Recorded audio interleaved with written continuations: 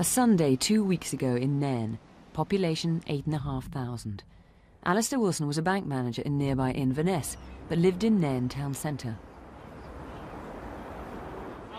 It's a killing that has stunned this town and the police officers searching for both a motive and a murderer. More than 40 policemen are now trying to find out why Alistair Wilson was shot dead on his own doorstep. Alistair was an ambitious, hard-working man. A lot of people knew him and respected him. He just adored his wife and just doted on his two wee sons. On Sunday the 28th of November this year, Alistair and Veronica were putting their kids to bed.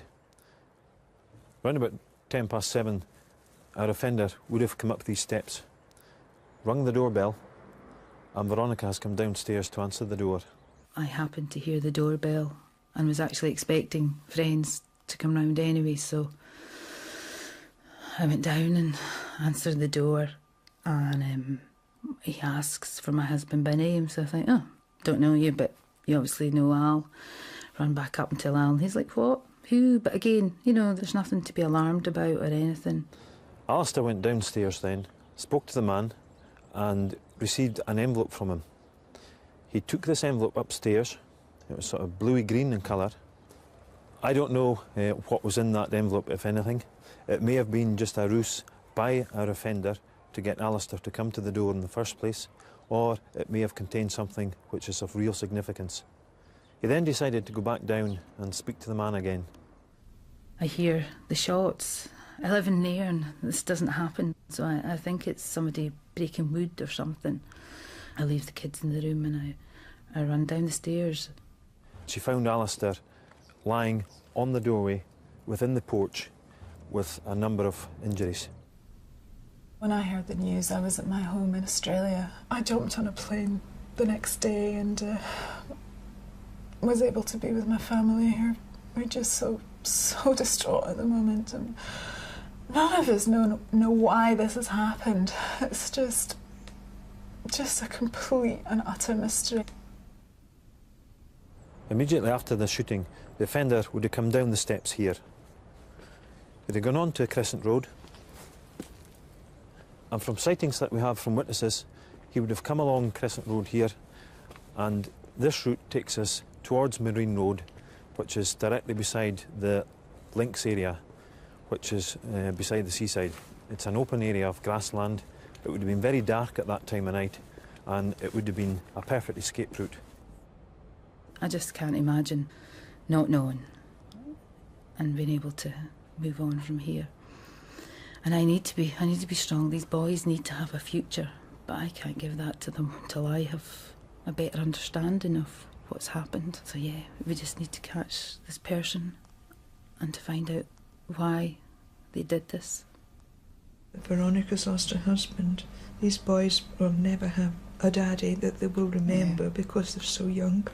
Mm.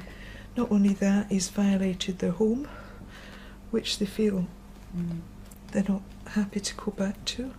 I mean, a complete upheaval in every way.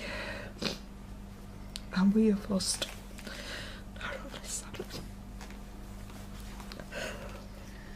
Well, Alistair Wilson's murder remains a mystery. The description of the gunman's been circulated widely in the Inverness area, but it's not rung a bell with anybody locally. Think again. Could it be a local man? Perhaps a customer of Mr. Wilson in the Bank of Scotland in Inverness. He's late 30s, short and stocky, maybe around 5'4", maybe a bit taller. He had short, dark hair, but was wearing a black baseball cap, dark jeans, and a black bomber jacket. Well, Peter, the most baffling thing about all this is a motive, isn't it? I mean, you've looked into Alistair's background. Was there anything in there that could give any clues? That's right. We're into the third week of this investigation now.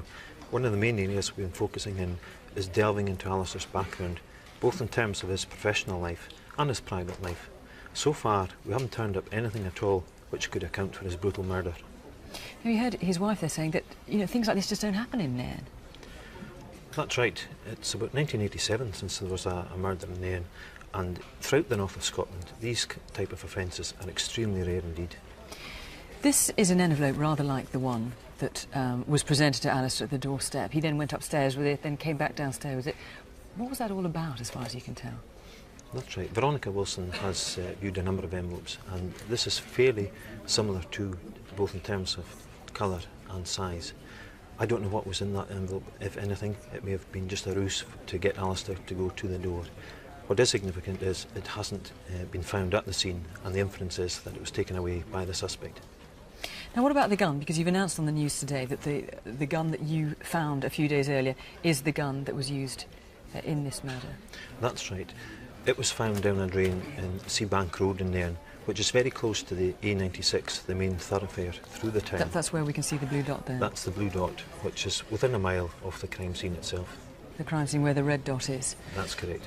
There's one person you want to eliminate, in particular, isn't there, from this inquiry? That's right. We have information about a man who was on the Inverness to Aberdeen bus. It left Inverness at 6:05 that Sunday evening.